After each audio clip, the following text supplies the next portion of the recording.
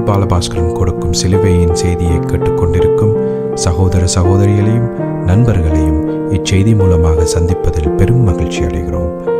தாம் ஒருவரே ஞானமுள்ளவருமாயிருக்கிற தேவனுக்கு இயேசு கிறிஸ்துவின் மூலமாக என்றென்றைக்கும் மகிமையும் கனமும் உண்டாவதாக. ஆமீன்.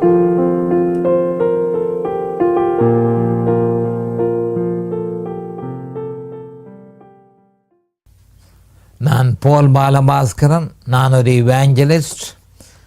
சிலுவையின் செய்தி என்ற இந்த நிகழ்ச்சியில் என் சகோதரர்கள், என் சகோதரிகள், என் நண்பர்கள் எல்லோரையும் சந்திப்பதில், மறுபடியும் சந்திப்பதில் நான் பெரும் மகிழ்ச்சி அடைகிறேன்.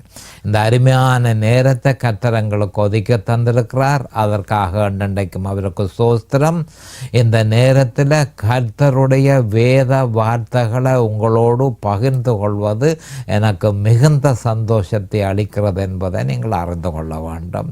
என்றால் கர்த்தருடைய வேத வார்த்தைகள் மனுஷனுடைய சரீரத்துக்கு புஷ்டியை கொடுக்கிறது என்பதை நீங்கள் அறிந்து கொள்ள வேண்டும்.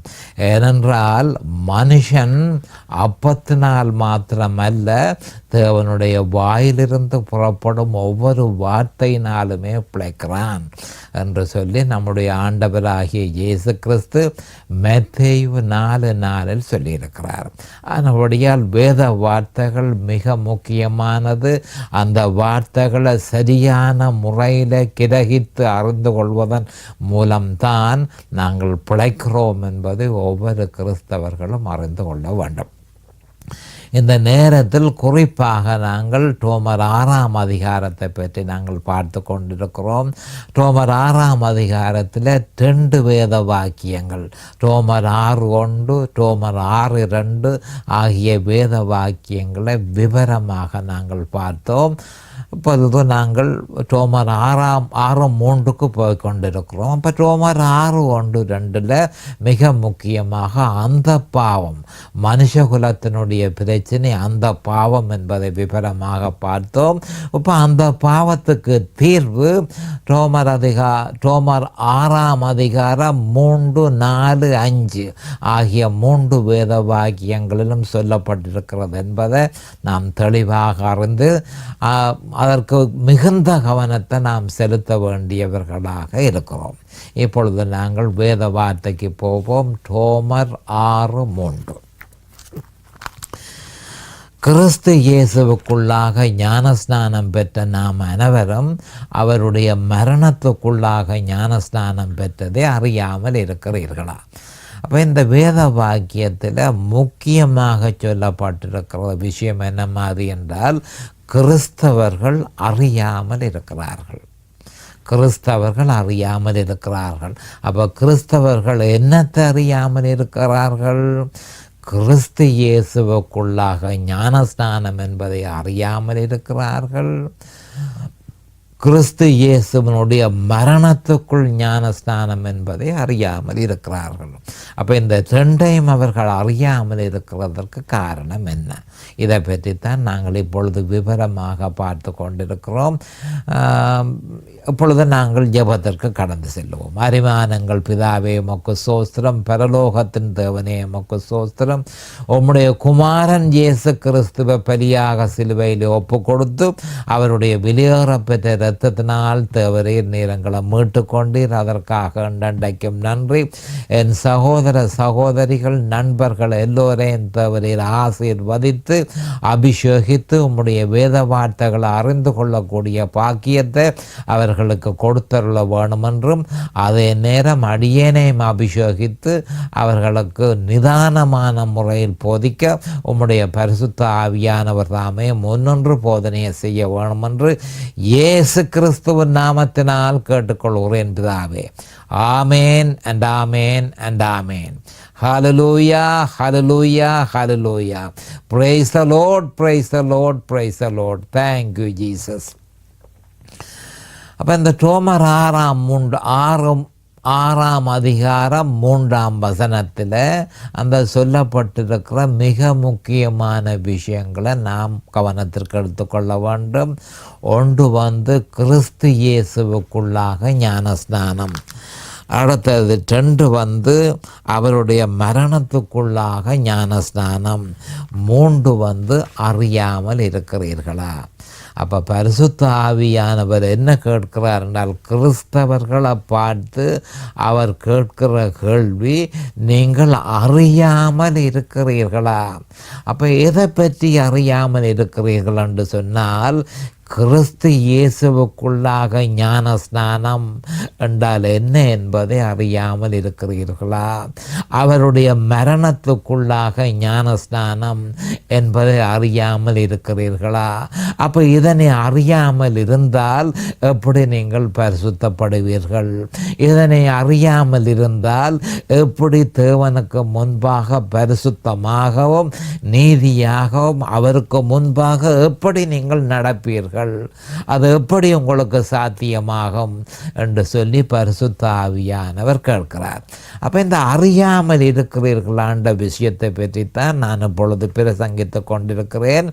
அறியாமல் இருக்கிறீர்களா என்றால் அதன் பொருள் 2 மிக முக்கியமான விஷயத்தை நாங்கள் இங்கு அறியக்கூடியதாக இருக்கிறது. முதலாவது, அறியாமல் இருக்கிறீர்களா என்று சொன்னால், தகவல்கள் தெரியாமல், தகவல்களை அறியாமல், தகவல்கள்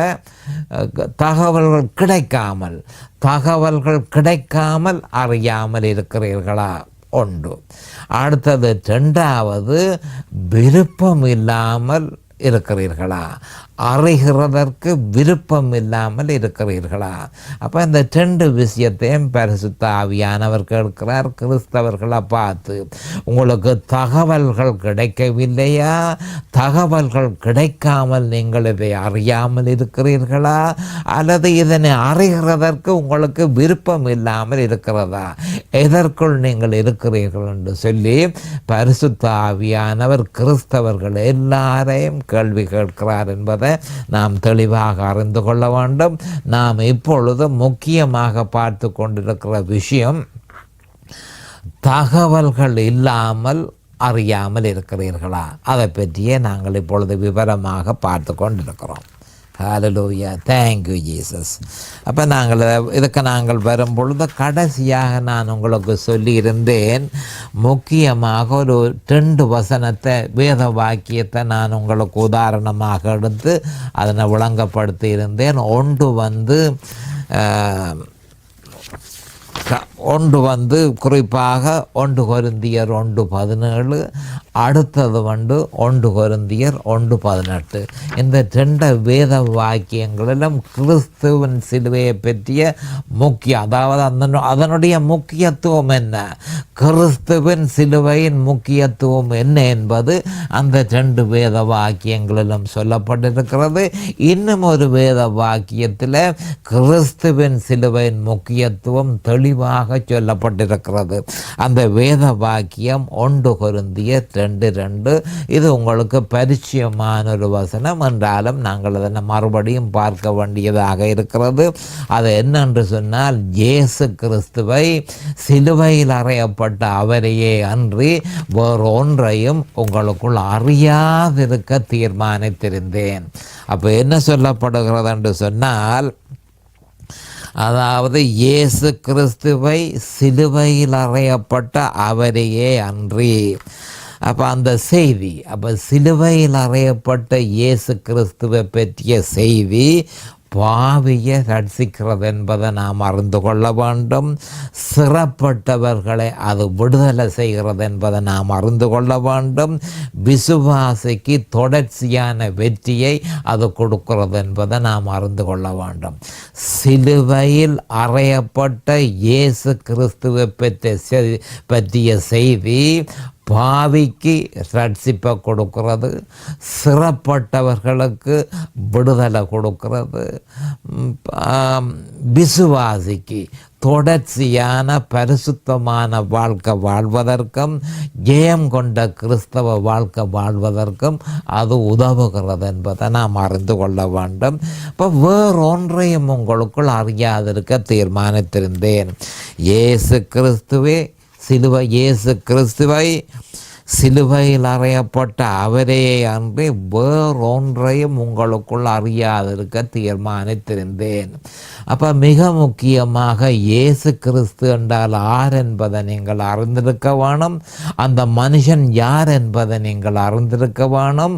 அந்த மனுஷன் சிலுவையிலே என்ன செய்தார் என்பதை நீங்கள் அறிந்திருக்க வேணும்.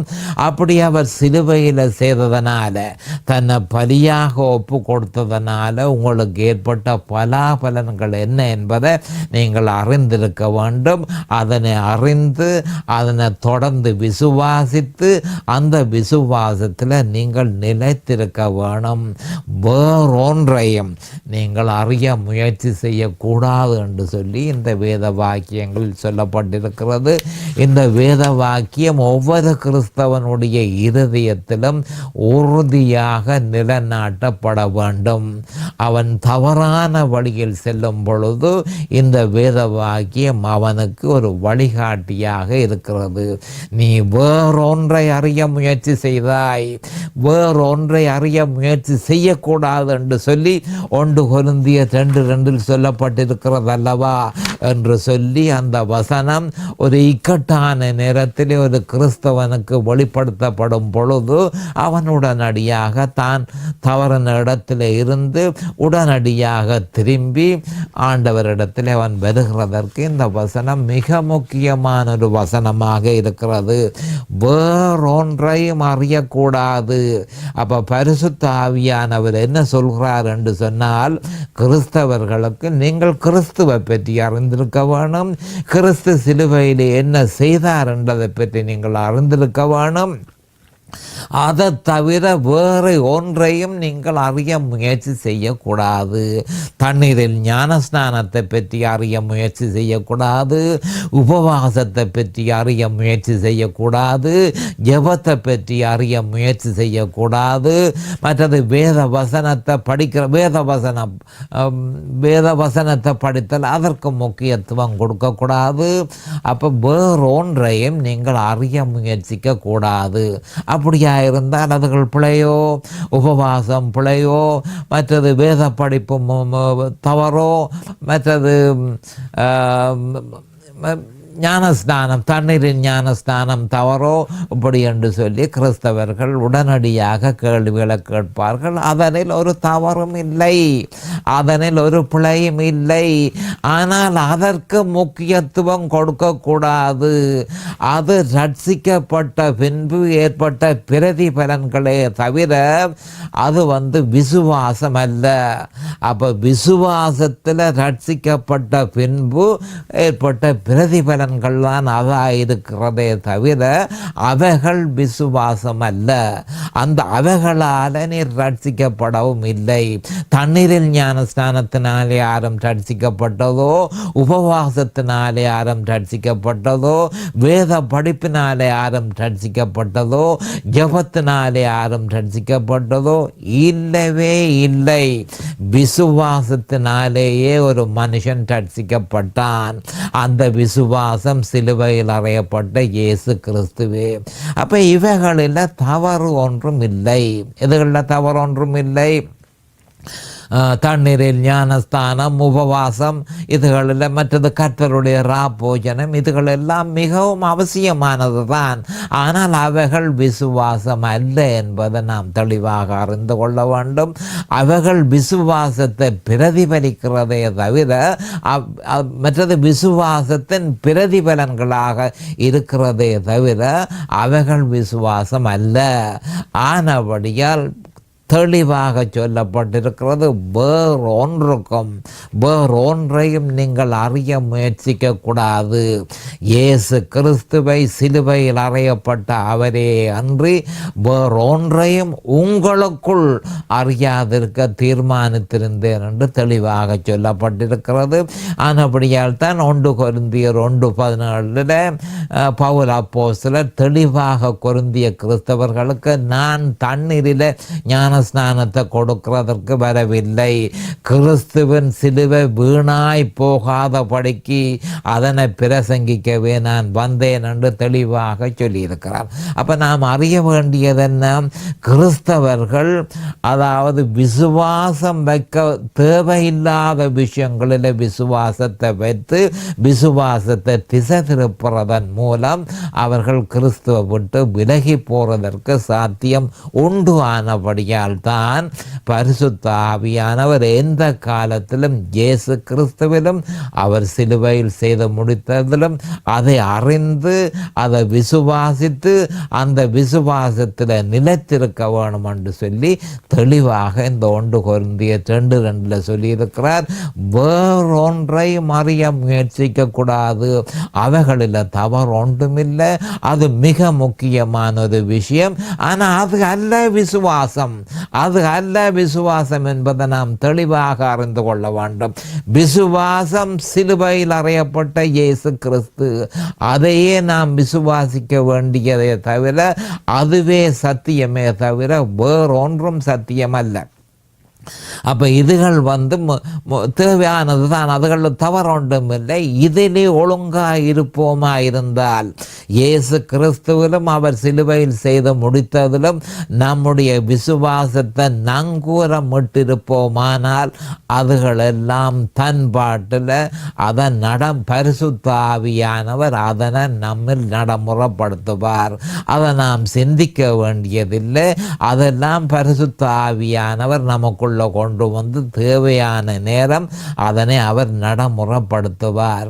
அப்ப இந்த விசுவாசத்தில் நாம் நிலைத்திருக்கும் பொழுதுதான், எந்த விசுவாசம்? சிலுவையில் அறையப்பட்ட கிறிஸ்து. இதனைத்தான் 1 கொரிந்தியர் 1:23 பவுல் அப்போஸ்தலர், நாங்களோ சிலுவையில் அறையப்பட்ட கிறிஸ்துவை பிரசங்கிக்கிறோம். அதுதான் முக்கியமான ஒரு விஷயம். அப்ப அதை நாம் விசுவாசித்து அந்த விசுவாசத்தில் நிலைத்திருக்கும் பொழுது மற்றதெல்லாம் நிலைத்திருக்கும் பொழுது பரிசுத்த ஆவியானவர் நம்மில் வல்லமையாக செயல்பட்டு அதுகள் எல்லாத்தையும் அவர் நடைமுறைப்படுத்துவார். நாம் அதை பற்றி விசுவாசிக்க வேண்டியதில்லை, அதை பற்றி சிந்திக்க வேண்டியதில்லை, அதை பற்றி நாங்கள் worry பண்ண வேண்டிய அவசரமில்லை. முற்றும் முழுதுமாக இயேசு கிறிஸ்துவிலே என்னுடைய விசுவாசம் இருக்கோ, அவர் சிலுவையில் செய்து முடித்ததிலே என்னுடைய விசுவாசம் இருக்கோ, அந்த விசுவாசத்தை விட்டு நான் திசை திரும்பி இருக்கிறனோ, இதைத்தான் நான் இடவிடாமல் பார்க்க வேணும் என்று சொல்லி 2 கொரிந்தியர் 13:5 தெளிவாக சொல்லப்பட்டிருக்கிறது. உன்னுடைய விசுவாசத்தை பரிசோதித்துக்கொள். அதற்காக நாங்கள் தெளிவாக பார்க்க வேண்டியதாக இருக்கு. 2 கொரிந்தியர் 13:5 நாங்கள் ஒருக்கா போவோம். 2 கொரிந்தியர் 13:5. நீங்கள் விசுவாசம் உள்ளவர்களோ என்று உங்களை நீங்களே சோதித்து அறியுங்கள். உங்களை நீங்களே சோதித்து அறியுங்கள். உங்களை நீங்களே பரீட்சித்து பாருங்கள். இயேசு கிறிஸ்து உங்களுக்குள் இருக்கிறார் என்று உங்களை நீங்களே அறியீர்களா? நீங்கள் பரீட்சைக்கு நில்லாதவர்களாயிருந்தால் அறியீர்கள் என்று சொல்லப்பட்டிருக்கு. அப்போ நான் சொல்லுகிறது என்ன? தெளிவாக சொல்லப்பட்டிருக்கு. ஒரு கிறிஸ்தவன் அடிக்கடி பரிசோதித்து பார்க்க வேணும். 1 கொரிந்தியர் 2:2 நான் நிற்கிறேனோ அல்லது வேறு வழியை நான் பின்பற்றினேனோ என்று சொல்லி அடிக்கடி தன்னுடைய விசுவாசத்தை அவன் சோதித்து பார்க்க வேணும் என்று சொல்லி 2 கொரிந்தியர் 13:5 தெளிவாக சொல்லப்பட்டிருக்கிறது. அப்போ எல்லாம் முக்கியம். அநேகமான கிறிஸ்தவர்கள் வேறொன்றில் கவனம் செலுத்தி அதை அவர்கள் கூடுதலாக விசுவாசித்து அவர்கள் கிறிஸ்துவை விட்டு விலகி போயிருக்கிறார்கள். பரிசுத்த ஆவி அவர்களுக்குள் செயல்படுகிறதில்லை. அப்போ அந்த விசுவாசத்தில் அவர்கள் தொடர்ந்து நிற்கும் பொழுது பரிசுத்த ஆவியானவர் அவர்களை விட்டு விலகி போவார். இயேசு கிறிஸ்து அவர்களை விட்டு விலகி போவார். அவர்கள் வேறொரு இயேசுவை விசுவாசிப்பார்கள். வேறொரு ஆவியை அவர்கள் பெற்றுக்கொள்வார்கள். வேறொரு சுவிசேஷத்தை அவர்கள் பின்பற்றுவார்கள் என்று சொல்லி 2 கொரிந்தியர் 11:4 சொல்லப்பட்டிருக்கிறத நாம் ஞாபகப்படுத்திக் கொள்ள வேண்டும். அப்போ நான் சொல்லுகிறது என்னென்று சொன்னால் கிறிஸ்துவின் சிலுவைக்கே முக்கியத்துவம். கிறிஸ்துவின் சிலுவைக்கு முக்கியத்துவம் கொடுக்கும் பொழுது இதனை அறியாமல் இருப்பதன் நிமித்தம்தான் அநேகமான கிறிஸ்தவர்கள் ரட்சிக்கப்படாமல் இருக்கிறார்கள். அநேகமான கிறிஸ்தவர்கள் பரிசுத்த ஆவிக்குள் ஞானஸ்நானம் செய்யப்படாமல் இருக்கிறார்கள். இதற்கு காரணம் கிறிஸ்துவின் சிலுவையின் முக்கியத்துவத்தை அவர்கள் அறியாமல் இருக்கிறார்கள். இப்போ காரணம் என்ன மாதிரி என்று சொன்னால், அப்போ கிறிஸ்துவின் சிலுவை என்ன மாதிரி என்று சொல்லி கவனமாக கேட்டுக்கொள்ளுங்கள். நான் அதை பற்றிய முக்கியத்துவத்தை தான் பார்த்து கொண்டிருக்கிறேன். அப்போ கிறிஸ்துவின் சிலுவை ரட்சிப்புக்கு பிரசங்கிக்க வேண்டும். ரட்சிப்புக்கு, அதாவது சபையில் ரட்சிக்காமல் சபையில் மனுஷர்கள் இருக்கும் பொழுது அது உலகமாக, சபை உலகமாக மாறிவிடும். அப்போ சபை கிறிஸ்தவர்களுக்கே தவிர உலகத்துக்கு அல்ல. அப்போ உலகம் சபைக்குள்ள ரட்சிக்கப்பட வேண்டியது முக்கியமான ஒரு விஷயம். ஆனபடியால் இந்த கிறிஸ்துவின் சிலுவையை பற்றி ரட்சிப்புக்கு பிரசங்கிக்க வேண்டும், பரிசுத்தத்துக்கும் அதனையே பிரசங்கிக்க வேண்டும் என்பதை நாம் தெளிவாக அறிந்து கொள்ள வேண்டும். தற்போதைய கிறிஸ்தவ சபை சிலுவையை பற்றி அறியாது. ஏனென்றால் கிறிஸ்துவின் சிலுவை ஒரு பொழுதும் பிரசங்கிக்கப்படுவதில்லை. இதன் பொருள், சபையில் இருப்பவர்களைப் போலவே போதகரும் இருக்கிறார் என்பதை நாம் அறிந்து கொள்ள வேண்டும். அவரும் சிலுவையை பற்றி அறியாதிருக்கிறார், சிலுவையை பற்றிய செய்தியை அறியாமல் இருக்கிறார். ஏனென்று சொன்னால் சிலுவையை பற்றிய செய்தி போதிக்கப்படுவதும் இல்லை. ஆனபடியால் அவர்கள் அதை கேட்பதும் இல்லை. அப்போ அவர்கள் போதித்தால்தான் கேட்பார்கள்.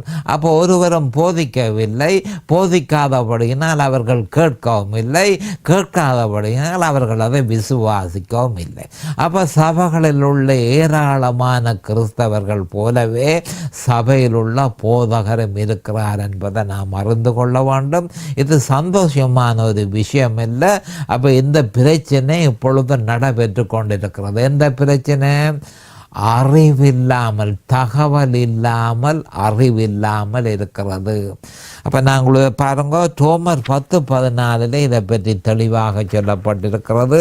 ரோமர் 10ஆம் அதிகாரம் 14ஆம் வசனத்துக்கு நாங்கள் போவோம். ரோமர் 10:14 எடுத்துக்கொள்ளும். ரோமர் 10:14 என்ன சொல்லப்பட்டிருக்கென்று சொன்னால், அவரை விசுவாசியாதவர்கள் எப்படி அவரை தொழுது கொள்வார்கள்? ஒரு அருமையான ஒரு கேள்வியை பரிசுத்த ஆவியானவர் கேட்கிறார். இயேசு கிறிஸ்துவை நீ விசுவாசிக்காமல் விட்டால் எப்படி நீ இயேசு கிறிஸ்துவை தொழுது கொள்வாய்? அதான் கேள்வி. ஆனபடியால் இயேசு கிறிஸ்துவை அவர் சிலுவையில் செய்த 1 கொரிந்தியர் 2:2 மறுபடியும் ஞாபகப்படுத்த விரும்புகிறேன். இயேசு கிறிஸ்துவை சிலுவையில் அறையப்பட்ட அவரையே அன்றி வேறு ஒன்றையும் உங்களுக்குள் அறியாதிருக்க தீர்மானித்திருந்தேன் என்று சொல்லப்பட்டிருக்கிறது. அப்போ அவரை விசுவாசியாதவர்கள், இயேசு கிறிஸ்துவை விசுவாசியாதவர்கள் எப்படி அவரை தொழுது கொள்வார்கள்? அவரை குறித்து கேள்விப்படாதவர்கள் எப்படி விசுவாசிப்பார்கள்? பிரசங்கிக்கிறவன் இல்லாவிட்டால் எப்படி கேள்விப்படுவார்கள்? இந்த மிக முக்கியமான 3 கேள்வியை பரிசுத்த ஆவியானவர் கேட்கிறார். ஒருவன் இயேசு கிறிஸ்துவை விசுவாசிக்காமல் விட்டால் அவன் எப்படி இயேசு கிறிஸ்துவை தொழுது கொள்வான்? அது முதலாவது கேள்வி. 2வது கேள்வி, இயேசு கிறிஸ்துவை பற்றிய கேள்விப்படாவிட்டால், அவரையும் அவர் சிலுவையில் செய்து முடித்ததையும் ஒருவன் கேள்விப்படாமல் விட்டால் எப்படி அவன் விசுவாசிப்பான்? அப்படியா இருந்தால் அநேகமான சபைகளில் இயேசு கிறிஸ்துவை தொழுது கொள்கிறதும் இல்லை, இயேசு கிறிஸ்துவை விசுவாசிக்கிறதும் இல்லை. ஏன்? சிலுவையில் அறையப்பட்ட இயேசு கிறிஸ்துவை பிரசங்கிப்பார் இல்லை. அப்போ பிரசங்கிக்கிறவன் இல்லாவிட்டால் எப்படி கேள்விப்படுவார்கள் என்று சொல்லி தெளிவாக 10ஆம் அதிகாரம் ரோமர் 10 ரோமர் 10:14 சொல்லப்பட்டிருக்கிறத நாம் கவனத்துக்கு எடுத்துக்கொள்ள வேண்டும். அப்போ இதுவே தற்போதைய சபைகளின் நிலைமை என்பதை நாம் அறிந்து கொள்ள வேண்டும். அறிவில்லாமல் இருக்கிறார்கள். கிறிஸ்துவின் சிலுவையை பற்றிய அறிவு இல்லாமல் இருக்கிறார்கள்.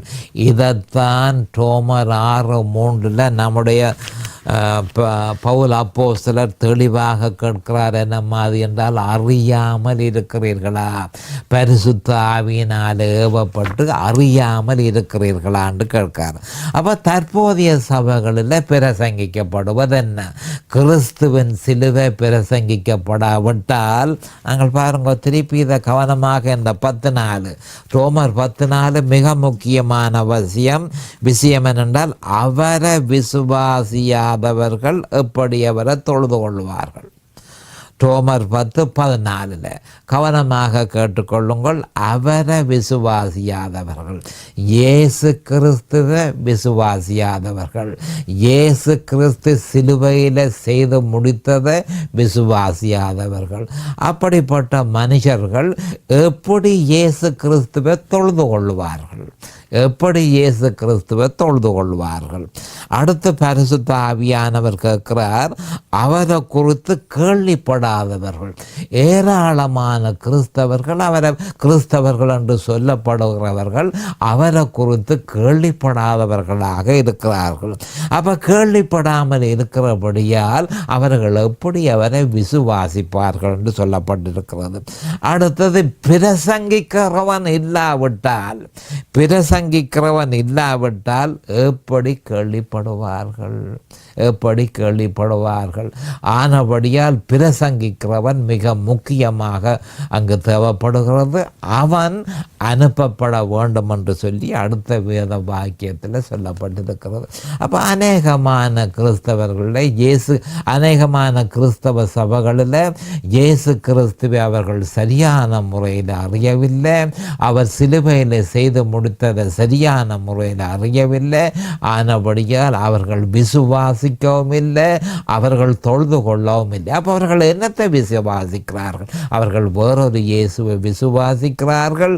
வேறொரு ஆவி அவர்களை தழுவி கொண்டிருக்கின்றது. அவர்கள் வேறொரு சுவிசேஷத்தை கேட்கிறார்கள். ஆனால் இதற்கும் விதிவிலக்கான சபைகள் உண்டு என்பதை நாம் தெளிவாக அறிந்து கொள்ள வேண்டும். அப்படி பார்த்தால் அநேகமான கிறிஸ்தவ சபைகளில் தற்பொழுது பிரசங்கிக்கப்படுவது என்ன என்பதை மிகுந்த மனவருத்தத்தோடு சொல்ல வேண்டியதாக இருக்கிறது. அப்போ கிறிஸ்தவ சபைகளில் சுவிசேஷம், இயேசு கிறிஸ்துவை பற்றியும் அவர் சிலுவையில் செய்து முடித்ததை பற்றியும் பிரசங்கிக்கப்படாவிட்டால் அங்கு சுவிசேஷம் பிரசங்கிக்கப்படவில்லை. அப்போ வெகு சிலரே சுவிசேஷத்தை பிரசங்கிக்கிறார்கள் என்று நாம் அறிந்து கொள்ள வேண்டும். ஆனால் அதிகமான கிறிஸ்தவ சபைகளில் ஒரு மனுஷன் எப்படி ஐஸ்வர்யவானாகிறது என்பதை பற்றியே மிகுந்த கவனம் செலுத்தப்படுகிறது. அவனுடைய ரட்சிப்பை பற்றி கவலைப்படுவார் இல்லை. பாவியான மனுஷன் சபைக்கு வந்திருக்கும் பொழுது அவனுடைய ரட்சிப்பை கவனிப்பார் ஒருவரும் இல்லை.